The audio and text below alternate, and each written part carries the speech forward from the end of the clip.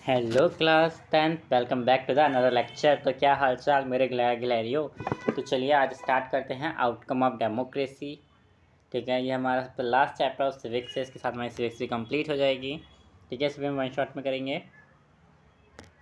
ठीक है, तो इसमें हम पढ़ने के वाले हैं। ये बच्चों को थोड़ा थोड़ा टफ लगता है चैप्टर, है ना, कैसे समझ में नहीं आ रहा, पर इसमें पता क्यों नहीं समझ में आता, क्योंकि एक ही चीज़ को अलग अलग तरीके से समझाने की कोशिश करी जाती है इसके अंदर।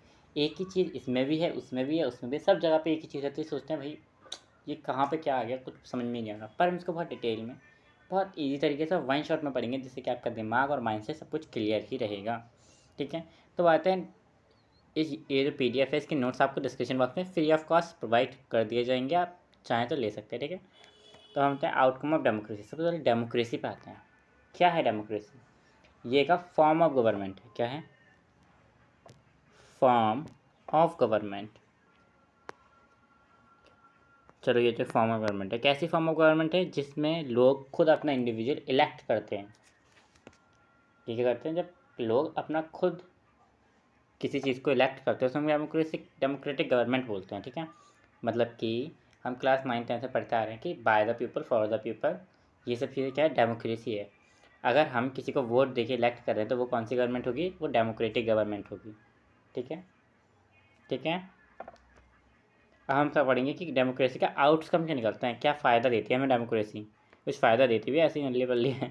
तो सबसे पहला जो टॉपिक है, मैंने इसमें NCERT के टॉपिक बाय टॉपिक कवर करे हैं, जिससे कि आपको कोई प्रॉब्लम नहीं होगी। आप NCERT खोल के भी बैठ सकते हैं, उसमें आप चाहें तो टॉपिक भी पढ़ सकते हैं। पहला टॉपिक है how do we assess democracy outcome. Democracy का आउटकम को हम कैसे असेस कर सकते हैं? ठीक है ना। देखो, सबसे पहले तो कुछ क्वेश्चंस होते हैं, है ना, पहले ही पैराग्राफ, वो जो पैराग्राफ है उसमें कुछ क्वेश्चंस होते हैं। First, accountable. क्या डेमोक्रेसी अकाउंटेबल है? क्या वो ट्रांसपेरेंसी करती है मेकिंग बनाने में, डिसीजन बनाने में? वो सिटीजन की सुनती है जब भी कुछ करती है? तो रिस्पॉन्सिबल है। अकाउंटेबल का मतलब होता है रिस्पॉन्सिबल एक तरीके से। ठीक है, प्रोटेक्ट। क्या वो हमारे इंडिविजुअल फ्रीडम्स, इंडिविजुअल राइट्स को प्रोटेक्ट कर पा रही है? Promote equality. क्या वो इक्वलिटी ला रही है, इकोनॉमिक इक्वलिटी और सोशल इक्वलिटी हमारे बीच में ला रही है वो? ये देखेंगे, सवाल उठाने तो। फिर देखेंगे स्टेबिलिटी। क्या डेमोक्रेसी स्टेबिलिटी बनाए रखा है अमीर गरीब में, या फिर नीची जात ऊंची जात, सब में स्टेबिलिटी है? Economic growth. क्या डेमोक्रेसी से डेवलपमेंट हो रहा है? ये सब चीज़ें हैं जो क्वेश्चंस उठ सकते हैं डेमोक्रेसी के ऊपर। ठीक है, अब इनके आंसर डाल देते हैं। सबसे पहले ऊपर लिख देते हैं, क्वेश्चन लिख दूँ मेरा, इसके ऊपर कुछ लिखा हुआ नहीं है ना, सॉरी टू से, पर मेरे को एक क्वेश्चन लिखता हूँ मैं इसके ऊपर। क्वेश्चन नहीं, लिखना स्टार्ट करते हैं।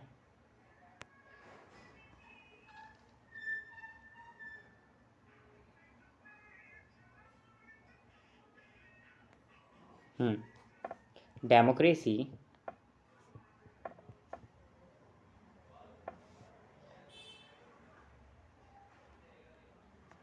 रुको जरा, अब लिखते हैं। ठीक है, डेमोक्रेसी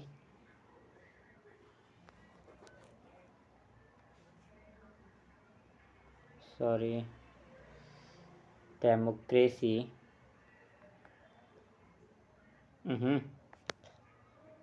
कुछ ना कुछ गलत हो ही जा रहा है। Democracy is better form of government.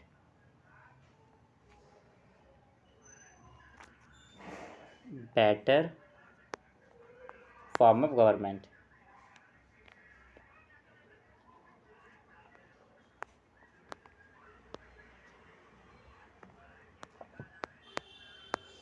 ये इसके पॉइंट्स है कि डेमोक्रेसी क्यों बेटर फॉर्म ऑफ गवर्नमेंट है। देखो, ये प्रमोट करती है इक्वालिटी को इन सिटीजन्स के बीच में।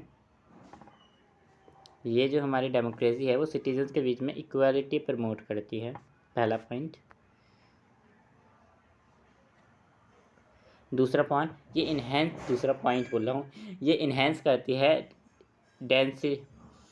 डिग्निटी ऑफ इंडिविजुअल्स के अंदर डिग्निटी इन्हेंस करती है, इक्वालिटी करती है। फॉर क्या करके डिसीजन मेकिंग करके क्वालिटी इंप्रूव करती है अपने डिसीजन मेकिंग की, है ना। Equality, dignity, quality of decisions making. ठीक है, सो ये रिजॉल्व करती है, ये मेथड निकालती है जैसे कि लोगों के बीच में कॉन्फ्लिक्ट रिजॉल्व हो जाए, हिंदू मुस्लिम ना हो वगैरह, फंदे फसाद ना हो, ये सब कौन देखता है? डेमोक्रेसी देखती है, ठीक है। और ये अलाउस करती है जब भी कोई गलत लॉ चुन लेते तो बाद में उसे करेक्ट करती है, अपनी मिस्टेक को कुछ गलत बना देना या कुछ गलत कर देने से ये करती है, मतलब कि प्रोटेक्ट करती है एक तरीके से, ठीक है। अब नेक्स्ट टॉपिक पे आ जाते हैं, यही था सब पढ़ना था पहले टॉपिक में, ठीक है। अब नेक्स्ट टॉपिक है हमारा accountable, responsible and legislate government. ये 3 तरह के गवर्नमेंट की फॉर्म्स है, ठीक है, ठीक है। इन्हीं समझना है, देखो अकाउंटेबल, मैंने क्या बताया था? अकाउंटेबल गवर्नमेंट मतलब कि रिस्पॉन्सिबल गवर्नमेंट, जो लोगों के लिए रिस्पॉन्सिबल हो, अकाउंटेबल हो, ठीक है। पॉइंट्स में याद करें, अकाउंटेबल का मीन है the government is answerable, accountable, responsible, answerable, बहुत सारे मीनिंग होते हैं।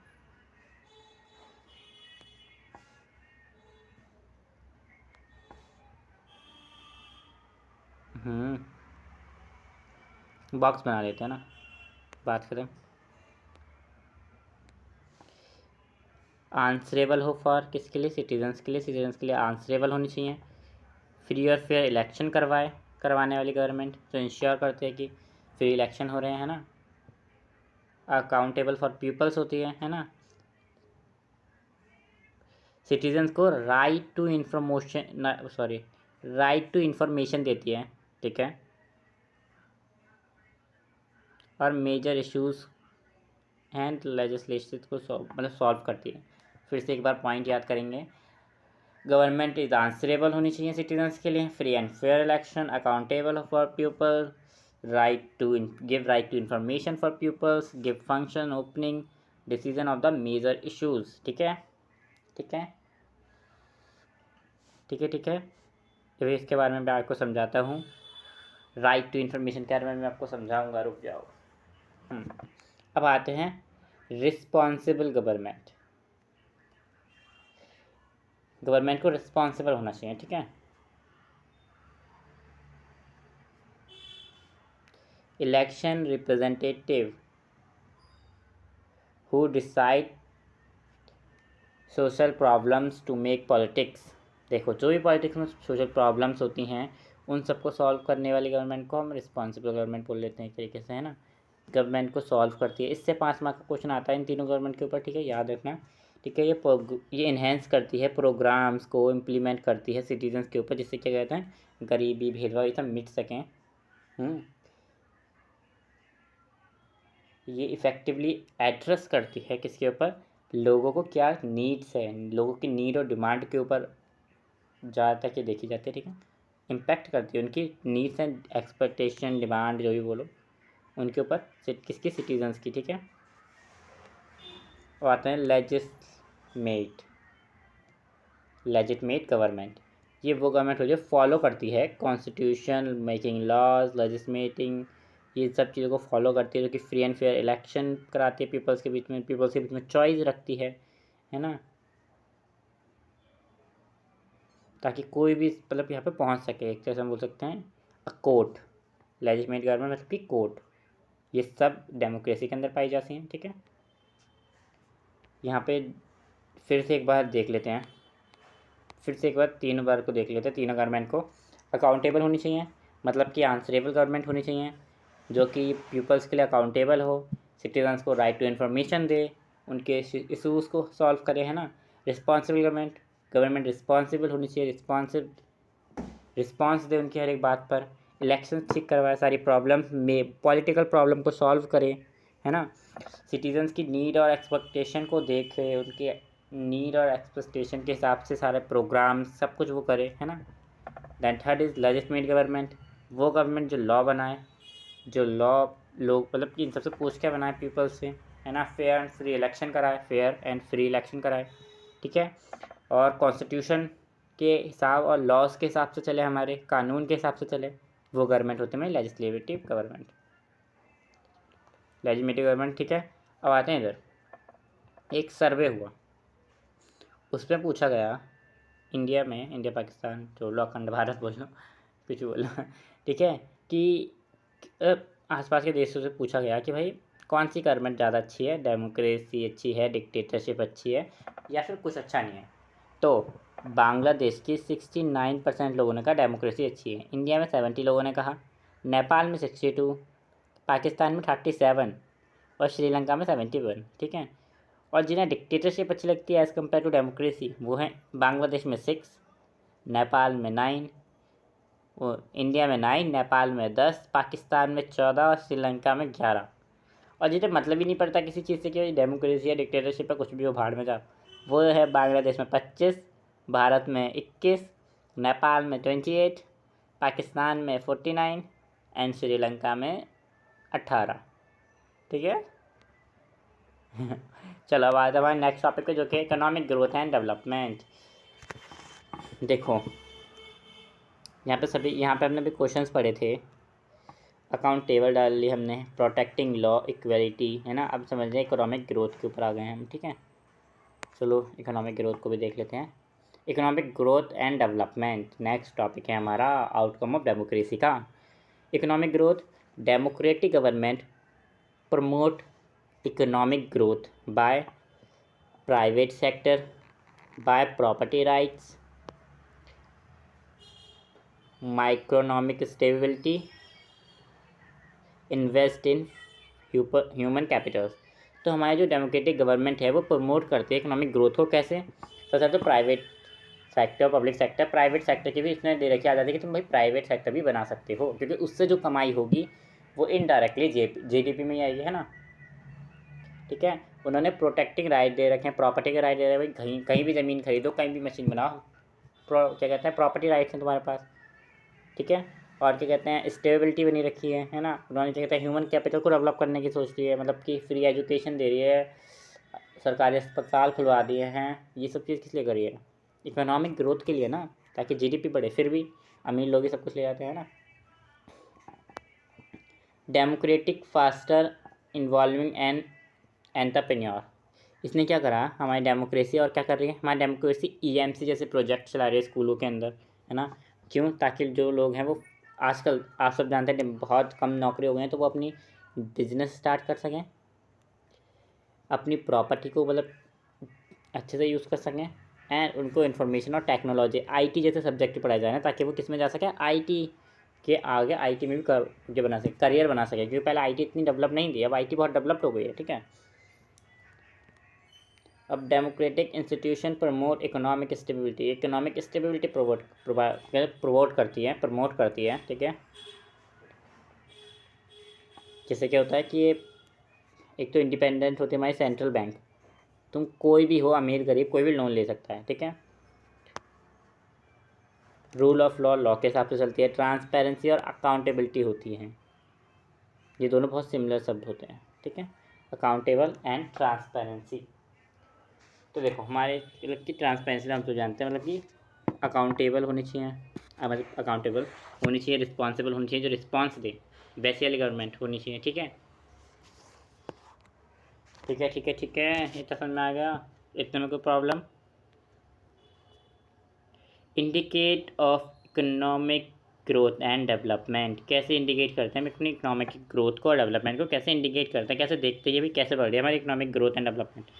जीडीपी के हिसाब से देखते हैं कितनी जीडीपी है, पर कैपिटल इनकम, ह्यूमन इंडेक्स देखते हैं कितने लोग हैं, पॉवर्टी रिड्यूसिंग देखते हैं, अनएम्प्लॉयमेंट रेट देखते हैं, फॉरेन इन्वेस्टमेंट देखते हैं, इंफ्रास्ट्रक्चर डेवलपमेंट देखते हैं। ये सब चीज़ें हम देखते हैं। ठीक है। जिससे हमें क्या पता चलता है, कि ग्रोथ हो रही है या नहीं हो रही है। ठीक है। Challenges of economic growth and development in democracy, क्या क्या चैलेंज देखने को मिलते हैं? देखो सबसे बड़ा चैलेंज हमें देखने को मिलता है करप्शन बहुत है, बहुत ही करप्शन है भैया, बहुत ही ज़्यादा ही करप्शन है। ठीक है। इनफेक्टिवली हमारा क्या कहते हैं पॉलिटिकल इंस्टेबिलिटी है, अनइक्वलिटी है, पॉवर्टी है, इन्वायरमेंट डैमेज हो गया है। ये सब क्या है हमारी इकोनॉमिक ग्रोथ ऑफ डेमोक्रेसी है, मतलब कि हमारे जो मतलब हम जो कोशिश करते हैं ना। तो देखो करप्शन बहुत हो रहा है, अगर हम डेवलपमेंट करने भी चाहते हैं लोगों की, तो जो अमीर लोग हैं वो और अमीर होते जा रहे हैं, मिडिल क्लास तो फिर भी ठीक है, पर गरीब और गरीब होता जा रहा है, अमीर और अमीर होता जा रहा है। इसलिए डेमोक्रेटिक गवर्नमेंट जो भी निकालते हैं अमीरों पे ज़्यादा फ़ायदा हो जाता है। ये तो फिर से वही आ गया तो हाँ, economic outcome and democracy, next topic हमारा इकोनॉमिक आउटकम क्या निकलता है डेमोक्रेसी में। देखो, डिसीजन मेकिंग प्रोसेस जो होता है ना, वो थोड़ा सा स्लो होता है हमारे यहाँ, ठीक है, डेमोक्रेसी में बहुत स्लो होता है, जिस वजह से कभी कभी ना इकोनॉमिक एम्प्लॉयमेंट इतनी बढ़ नहीं पाती हमारी, है ना, इम्प्लीमेंट इतना हो नहीं पाता लॉ, है ना, क्यों? क्योंकि डिसीजन मेकिंग में टाइम लगता है, बहुत प्रोसेस लगता है, बहुत कुछ सोच समझ कर करा जाता है, ठीक है। चेक एंड बैलेंस का सिस्टम होता है हमारे यहाँ, मतलब कि इंडिपेंडेंस, जुडिशरी, अपोजिशन पार्टी, इन सब की लिमिट के अंदर ना हम, मतलब कि क्या कहते हैं, एक तरह से इम्प्लीमेंट पॉलिटिकल पार्टी के अंदर इतना फंस के रह जाते हैं कि अपोजिशन पार्टी कुछ और कह रही है, जुडिशरी कुछ और रिव्यू देख रही है ना, इस तरीके से। और हम जो है ना, क्या कहते हैं, डेमोक्रेटिक गवर्नमेंट जो होती है वो एक तरीके से हम सभी के कॉम्प्लेक्स को सुलझाने में लग जाती है, जिस वजह से हमारी चीज़ें डिले पे डिले होती रहती हैं, ठीक है। Interest group politics. देखो, जो क्या कहते हैं, कई सारे लोग इंटरेस्ट नहीं होते हैं पॉलिटिक्स के अंदर बिल्कुल भी, उन्हें तो जो हो रहा है होने तो, हमें कुछ करना ही नहीं है ना। Influenced by special interested group lead to political party benefit specific group therefore। देखो, ऐसा कुछ नहीं हो सकता कि भाई किसी को ज़्यादा फेम मिल गया तो वो अपनी पार्टी छोड़ के किसी और पार्टी में चला जाए, ऐसा नहीं हो सकता, क्योंकि पॉपुलरिज्म जैसे फैक्टर्स भी होते हैं हमारे यहाँ। पॉपुलिज्म क्या होता है? डेमोक्रेटिक लीडर वैन वो शॉर्ट टर्म पॉपुलैरिटी के लिए बहुत ही लॉन्ग टर्म के लिए इकोनॉमिक ग्रोथ कर लेते हैं अचीव, उसको हम बोलते हैं पॉपुलिज्म, ठीक है।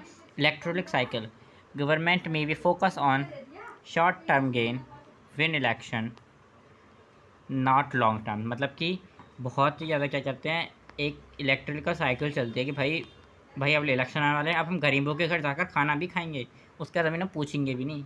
ये वाला सिस्टम बहुत चलता है, ये सब सिस्टम बहुत चलते हैं कि लोग, मतलब क्या कहते हैं, जब इलेक्शन आने वाले होते हैं लोग रैलियाँ निकालते हैं, डेवलपमेंट करके दिखाते भी हैं कुछ कुछ लोगों को कि हमने कुआं खुदवा दिया, यहाँ पर ये कर दिया, वहाँ पे वो कर दिया, गरीबों के यहाँ जाके खाना खाते हैं, ऐड शूट करवाते हैं, ये सब चीज़ें करते हैं, ठीक है। शॉर्ट टर्म इंटरेस्ट मतलब कि बेनिफिट्स के लिए लोग ग्रुप बदल लेते हैं पॉलिटिकल पार्टी के डेमोक्रेटिक सिस्टम में। पॉपुलिज्म मतलब कि डेमोक्रेटिक लीडर जो होते हैं वो प्रोटाइज करते हैं शॉर्ट टर्म पॉपुलैरिटी को as compare to long term growth. वो शॉर्ट टर्म पॉपुलर होना चाहते हैं तो वैसे वो छोटी छोटी ग्रोथ करके पॉपुलर हो जाते हैं, ठीक है। अब आता है इकोनॉमिक फैक्टर्स, हम ये क्या पाए, इकोनॉमिक आउटकम ऑफ डेमोक्रेसी। चलो आओ इकोनॉमिक फैक्टर्स को अपन समझ लेते हैं। इकोनॉमिक फैक्टर मतलब कि ये कि जो हमारी डिक्टेटरशिप होती है ना, उसमें इकोनॉमिक ज़्यादा डेवलप होती है एज़ कम्पेयर टू डेमोक्रेसी। बिल्कुल सही क्वेश्चन आ सकता है कि भाई किस में ज़्यादा डेवलपमेंट होती है, तो हमारे डिक्टेटरशिप के अंदर ज़्यादा मनी की डेवलपमेंट होती है एज़ कम्पेयर टू डेमोक्रेटिक। ये एक डिसएडवांटेज है डेमोक्रेसी का, ठीक है। लिखना चाहो तो डेमोक्रेटिक गवर्नमेंट जो होती है ना, वो इम्पोज करते हैं रेगुलेटेड टैक्स को। टैक्स किस लिए चाहिए? वेलफेयर के लिए, इकोनॉमिक ग्रोथ के लिए। कौन कौन से फैक्टर हैं? टैक्स लिया जाता है, ये एक फैक्टर है। इकोनॉमिक ग्रोथ इसलिए तो हो रही है, ठीक है। अनइक्वलिटी को क्या कहते हैं? हमारा जो सिस्टम होता है ना अनइक्वलिटी का रिड्यूस करने की कोशिश करने पे हमारे जो, मतलब क्या कहते हैं, बहुत सारी इकोनॉमिक चली जाती है कि हमें भाई ओबीसी को आगे लाना है, एसटीज़ को आगे लाना है, इन्हें आगे लाना है, उन्हें आगे लाना है, इस पिछड़े में, है ना। और पब्लिक स्पीकिंग, डेमोक्रेटिक गवर्नमेंट में allows to reduce social programme, वो कुछ प्रोग्राम्स भी लाती है इंफ्रास्ट्रक्चर के, मतलब क्या कहते हैं, बढ़ाने के लिए, ग्रोथ के लिए। डेमोक्रेटिक गवर्नमेंट बहुत कुछ करती है कि ग्रोथ हो इकोनॉमिक फैक्टर्स में। वो बहुत सारे प्रोग्राम्स लाती है, बेटी बचाओ बेटी पढ़ाओ, ऐसे बहुत सारे प्रोग्राम लाती है, पर किसी किसी की नज़र चलती है, किसी किसी की नज़र नहीं जाती उन प्रोग्राम्स के ऊपर, वो ऐसे ही चलते रहते हैं, ठीक है। यहाँ पे आपको दिख भी रहा है। और डेमोक्रेटिक रीजन में और डिक्टेटरशिप रीजन में किस में ज़्यादा ग्रोथ है? ऑफकोर्स डिक्टेटरशिप वाले में, है ना। 4.42, इसमें 9.95, 3.95, ठीक है, ग्रोथ रेट है ये हमारा, ठीक है। अब आते हैं reducing and inequality and poverty और अनइक्वलिटी कैसे निकालें।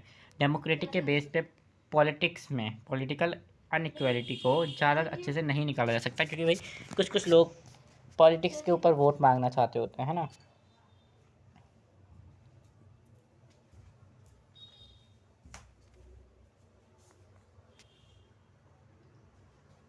तो देखो, जो हमारी इकोनॉमिक डेवलपमेंट होती है वो अनइक्वलिटी से ज़्यादा डिस्टर्ब होती है as compare to political equality.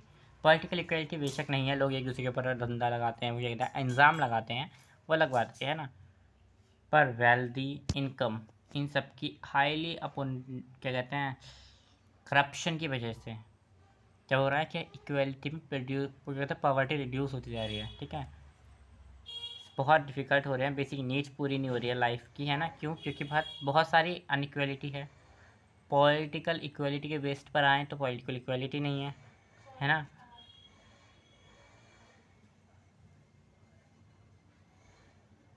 हमारी जो बॉटम में जबकि सबसे पिछड़ी हुई सोसाइटी है वो पिछड़ी ही रह गई है। क्यों? क्योंकि तो मतलब करप्शन हो रहा है। उनके लिए हम जो चीज़ कर रहे हैं ना वो अमीरों को ज़्यादा मिल रही है। ऐसे देखो, ये हमारी 2% जनता है जिसके पास पूरा पिज़्ज़ा है, और हमारे सिर्फ 50% जनता है जिसके पास सिर्फ इतनी चीज़। तो मतलब गरीब जो अमीर है उनको और फ़ायदा होते जा रहा है, वो ले ही जा रहे हैं उस चीज़ का फ़ायदा, बट गरीब अभी भी गरीब ही है। ये दिखाया हमारी एनसीईआरटी ने।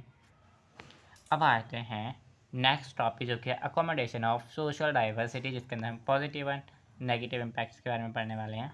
देखो, protecting individual rights and freedoms, democracy ensure करती है, सॉरी पॉजिटिव आउटकम के बारे में पढ़े हम तो। डेमोक्रेसी जो होती है वो इंश्योर करती है कि सोशल डाइवर्सिटी बनी रहे। कैसे? ताकि एक तो फ्रीडम देती है, फ्रीडम नहीं छीनने देती, और इंडिविजुअल राइट्स के थ्रू ही फ्रीडम नहीं छीनने देती है, ठीक है। इक्वालिटी होती है, जस्टिस होता है ना। बेशक जस्टिस में टाइम लग जाए, जस्टिस डिले हो जाता है, बट होता है, ठीक है। Represent the participation, decision making के प्रोसेस को बहुत ही फास्टर नहीं चला सकते, हम बहुत धीरे चलाते हैं, फिर भी उससे क्या होता है कई बार अच्छा डिसीजन निकल कर आता है। तो यही सब हमारे पॉजिटिव यूनिट्स हैं कि वो प्रोटेक्ट नहीं करती। प्रोटेक्टमेंट रुको ज़रा। तो देखो, जो हमारी क्या कहते हैं सोसाइटी है उसमें यूनिटी बनी रहे, माइनॉरिटी के राइट्स प्रोटेक्ट रहें। माइनॉरिटी मतलब कि जो सबसे नीचे है, मेजॉरिटी नहीं माइनॉरिटी, ये सब पॉजिटिव है। जो हमारी डेमोक्रेसी चाहती है ना उसका आउटकम पॉजिटिव आउटकम है। वो क्या करते हैं, यूनिटी बनाए रखती है, क्या कहते हैं माइनॉरिटी के राइट प्रोटेक्ट करती है, ठीक है, डाइवर्सिटी बनाए रखती है, और वो प्रोटेक्ट करती है जुडिशरी को, और वो जस्टिस प्रोवाइड करती है, सोशली जस्टिस को प्रमोट करती है ना एक तरीके से। अब आता है चैलेंजेस के ऊपर और इंडिकेट्स के ऊपर, ठीक है। चैलेंजेस कौन कौन से हैं? देखो, चैलेंजेस तो बहुत सारे हैं। इंडिविजुअल राइट्स को प्रोटेक्ट नहीं कर पाते कई बार हम, क्योंकि छोटे घरों के लोग आ ही नहीं पाते हमारे पास, ठीक है। उन्हें पता ही नहीं ये गलत है या नहीं है, ठीक है। Managing conflicts between diversity group के बीच में बहुत कॉम्प्लेक्स बढ़ जाता है। उनको मैनेज करना भी एक चैलेंज है, किसके लिए? डेमोक्रेसी के लिए, ठीक है। हिंदू मुस्लिम में बहुत विवाद बढ़ गया इस तरीके से, ठीक है। इंश्योर इक्वल रिप्रेजेंटेशन एंड, ये देखते कि सब जगह इक्वल पार्टिसिपेशन हो, हिंदू मुस्लिम सिख ईसाई जो भी हम सभी का, ठीक है। ये एड्रेस करती है इकोनॉमिक इक्वालिटी को और सोशल इक्वालिटी की, कि कैसे करके कुछ ख़त्म हो जाए, पर आपको पता है ये बढ़ती जा रही है, बढ़ती नहीं जा रही, मतलब थोड़ी कम हुई है, पर अभी भी छुआछात है वगैरह वगैरह है, ठीक है। उसके लिए क्या करती है, रिप्रेजेंटेशन करती है डाइवर्स ग्रुप्स की, है ना। प्रोटेक्ट करती है माइनॉरिटी के राइट्स और फ्रीडम्स को, ठीक है। और क्या करती है, सोशल मतलब कि एनगेजमेंट करते हैं, मतलब सोशल लोगों के बीच में भी इक्वलिटी लाने की कोशिश करती है, पढ़ाती है एड्स के थ्रू, इन सभी के थ्रू, है ना। और असिस्ट करती है एजुकेशन, एम्प्लॉयमेंट, हेल्थ केयर, ये सब चलाती प्रोग्राम्स, है ना। आता है density and freedom of the citizens की डेंसिटी ऑफ फ्रीडम्स के ऊपर आते हैं, है ना। सबसे पहले इधर आता है density of citizens. Density of freedom मतलब protect the human rights and fundamental freedom. वो भी सारी चीज़ें वापस वापस आई जा रही है, इस वजह से लोग कन्फ्यूज़ हो जाते हैं, पर उसके लिए वो अलग चीज़, के लिए वो अलग है, पर हैं सेम ही चीज़ है, बस आपको एक दो बार ये पढ़नी है बस। ये प्रमोट करती है किसको? Social justice and equality, participation, ठीक है, health care, social service, education, ये सब प्रोवाइड करती है, जिससे कि डेंसिटी ऑफ सिटीजन्स बनी रहती है, ठीक है। अब आते हैं पॉजिटिव आउटकम। देखो, सेल्फ कॉन्फिडेंस रहते हैं लोगों को पता है कि भाई हम कानून के पास जाएंगे तो हमें क्या मिलेगा, इंसाफ मिलेगा। फिर भी आधे से ज़्यादा लोग इंडिया के डरते हैं कानून से। ये इंक्रीज़ करती है sense of security, improve social status, improve करने में हेल्प करती है लोगों के, है ना। और क्या कहते हैं, उनके पास चॉइस आ जाती है ना, बहुत सारी चॉइसें होती हैं, चॉइस आ जाती है ना। आते हैं freedom of citizens, democracy ensure the freedom of citizens. कैसे इंश्योर करती है डेमोक्रेसी कि भाई लोगों को फ्रीडम हो? सबसे पहले ये क्या करती है, लिबर्टी मतलब कि स्पीच, असेंबली, एसोसिएशन, ये सब कुछ करती है ताकि लोग के अंदर फ्रीडम आए, है ना, लोग बोल सकें। प्रमोट करती है ट्रांसपेरेंसी, अकाउंटेबिलिटी, ठीक है। इंश्योर करती है कि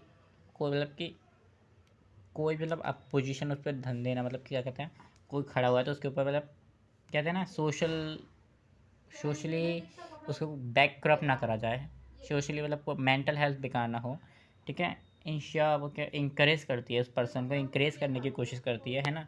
मीडिया और सोशल मीडिया के थ्रू भी वो क्या कहते हैं, हम असेस करने की कोशिश करते हैं कि हम लोगों से फेस टू फेस मतलब लोगों के पास सारी जानकारी जा सके जो हम देना चाहते हैं। पॉजिटिव आउटकम्स क्या निकलते हैं इसके, फिर वही चीज़ आ गई, ये इन्हेंस करती है क्रिएटिविटी को, मतलब क्या कहते हैं, एंटरप्रेन्योरशिप को ये इन्हेंस करती है एक तरीके से, ताकि लोग क्या करें अपने लिए नौकरी खुद ले सके, ठीक है। इम्प्रूव करती है सोशल मेंटालिटी को, कि सोशल मेंटालिटी अच्छी हो जाए, है ना। इम्प्रूव करती है, प्रोटेक्ट करती है इंडिविजुअल के पार्टिसिपेटेंट को, कि भाई सब हमारे मेकिंग और लॉज में पार्टिसिपेट करें, हम कोई कानून बना रहे हैं, हमें पता चले कि जनता से खुश है या नहीं है, ये सब चीज़ें। Indicate body mass index, freedom index, citizen survey और ह्यूमन राइट रिपोर्ट, ये सब देखकर इंडिकेट करी जाती है हमारी गवर्नमेंट या हमारी डेमोक्रेसी कि हमें क्या करना है आगे, फ्रीडम देनी है देनी बच्चों को, क्या है, ये सब चीज़ें क्या है, एक तरह से क्राइटेरिया है पता करने के लिए। थैंक यू मेरे को।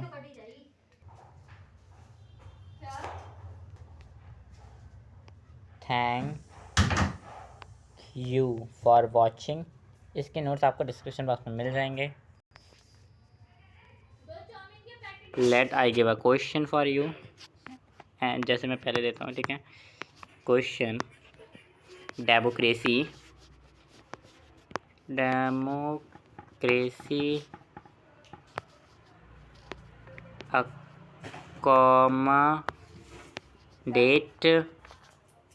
अकोमोडेट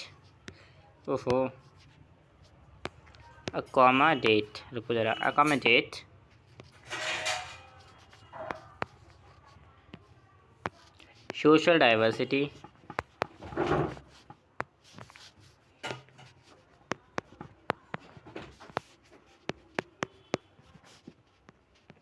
how मतलब सोशल डाइवर्सिटी या डाइवर्सिटीज़ को ज़्यादा डाइवर्सिटीज़ लिख देता हूँ ना,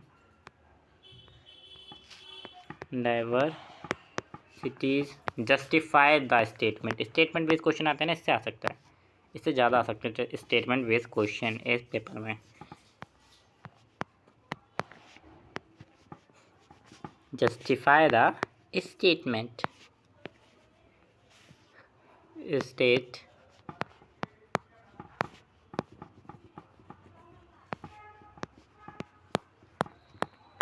ठीक है। आगे समझ में आंसर चाहिए, आंसर इसी नोट्स में है, मैंने यहाँ पे दे रखा है। कहाँ गया, सोशल डाइवर्सिटी वाला टॉपिक में है यहाँ पर, कहाँ गया, ये रहा सोशल डाइवर्सिटी, ये है इसका आंसर एक तो, ठीक है। आगे समझ में, ये है इसका आंसर, ठीक है मिल गया आंसर।